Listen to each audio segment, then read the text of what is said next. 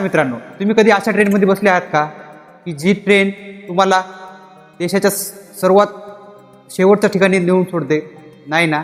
चला तर आपण आज जाणार आहोत अशा ठिकाणी जिथे की आपल्या देशाचा एंड होतो अशा ठिकाणी. तर मी आज जाणार आहे. मी आज अमृतसरपासून अटारी बॉर्डर, जे की इथून कमीत कमी 25 किलोमीटर अंतरावर आहे. सध्या मी आहे अमृतसर या स्टेशनवर. तर जी ही ट्रेन आहे ती पहिलेच्या वेळेस जे समझोता एक्सप्रेस जी होती ती इथूनच जायची, जी की अटारी बॉर्डर क्रॉस करून शेवटचं टोक असायचं भारताचं, तिथं क्रॉस करून ती पाकिस्तानमध्ये प्रवेश करायची. तर अशा आपण प्रवासाला जाणार आहेत.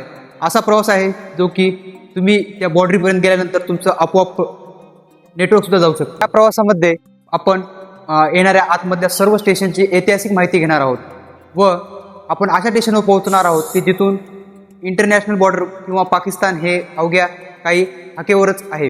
तर चला आपण आज सुरू करूया आपल्या ब्लॉग. सर्वप्रथम इथे जाण्यासाठी आपल्याला 10 रुपयाचे तिकीट लागतं. मित्रांनो, आपण सध्या आहोत अमृतसर जंक्शनवर. 1859 मध्ये ब्रिटिशांच्या काळात सिंध, पंजाब आणि दिल्ली रेल्वे कंपनीने या मार्गाचे काम सुरू केले. 1947च्या फाळणीचा हा सर्वात मोठा साक्षीदार आहे. या स्टेशनवरून लाखो लोक भारताचे पाकिस्तानात किंवा पाकिस्तानचे भारतात गेले होते.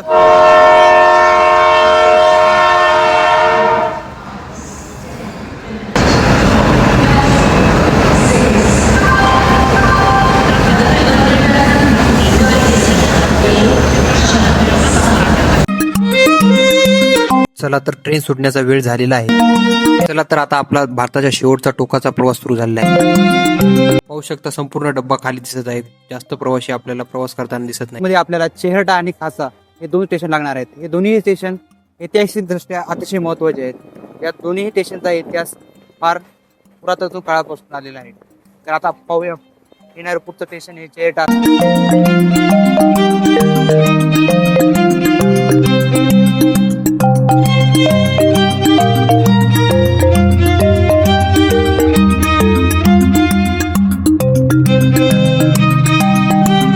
मित्रांनो, पाहू शकता तुम्ही भात शेती इथे केली जाते.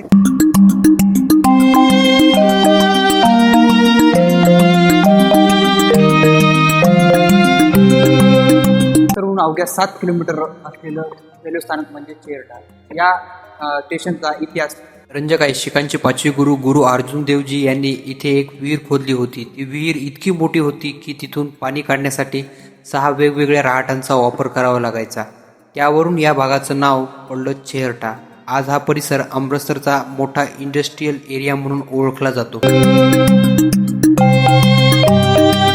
गाडीमध्ये कोणीच नाही आणि मी फक्त एकटाच आहे. तुम्ही पाहू शकता गाडीमध्ये फार लगेच.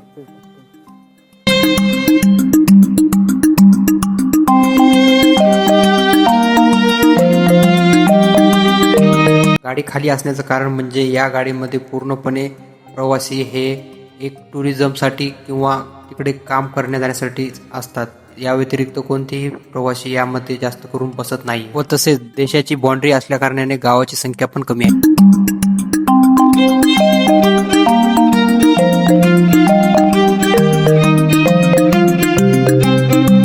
स्टेशन आहे खासा, जे की अमृतसर पासून 13 किलोमीटर अंतरावर आहे. या खासा या स्टेशनची महत्त्वाचं हे आहे की इथे जेव्हा फाळणीच्या काळामध्ये इथे मिलिटरीचा बेस कॅम्प म्हणून आता पण आहे, पण आता बेस कॅम्प म्हणून वापरला जात होता. मोठ्या प्रमाणात वापर त्या काळामध्ये केला होता.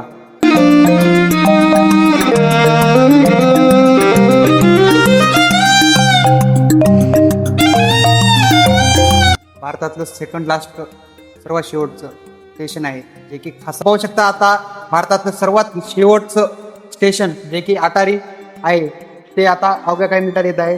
फार उत्सुकता आहे ते पाहण्यासाठी. तर तुम्ही स्टे ट्यून्ड राहा.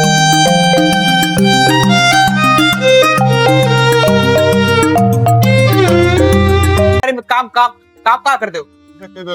ठेकेदारी बोले तो किस काम का? बिल्डिंग कंस्ट्रक्शन का. बॉर्डर पे है ना, फिर काम भी बॉर्डर पे चालू है क्या?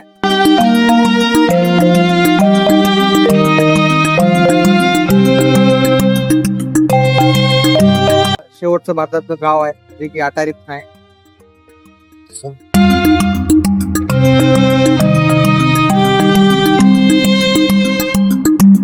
पाहू शकता मित्रांनो, ट्रेन अटारी स्टेशनवर प्रवेश करत आहे. पांढऱ्या रंगाची सुंदर इमारत दिसत आहे. स्टेशनवर लावलेली ती साइन बोर्ड, ती हिंदी इंग्रजीमध्ये लिहिलेले अटारी नाव तुम्ही पाहू शकता.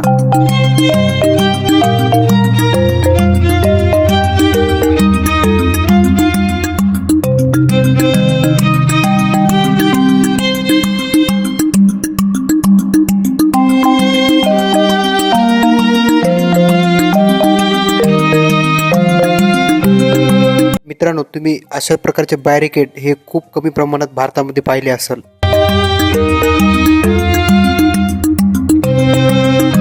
चला मिळते फिर. आणि अखेर आपण पोहोचलो आहोत भारताच्या शेवटच्या रेल्वे स्थानकावर, जे की अटारी श्याम सिंग रेल्वे स्टेशन. 2015 मध्ये पंजाब सरकारने या स्टेशनचे नाव बदलून शीख समाजाचे प्रसिद्ध सेनापती जनरल श्याम सिंग अटारीवाला यांच्या नावावरून ठेवले, ज्यांनी ब्रिटिशांविरुद्ध लढा दिला होता. पाहू शकता तुम्ही अटारी बॉर्डर हे सर्वात लहान शेवटचं स्टेशन आहे भारतातलं. आणि यात इथेच समझोता एक्सप्रेस, जे की या साईडला असेल, ही या दोन्ही देशादरम्यान चालत असायचे व ती काही कालांतरानं ते बंद झालेले आहे.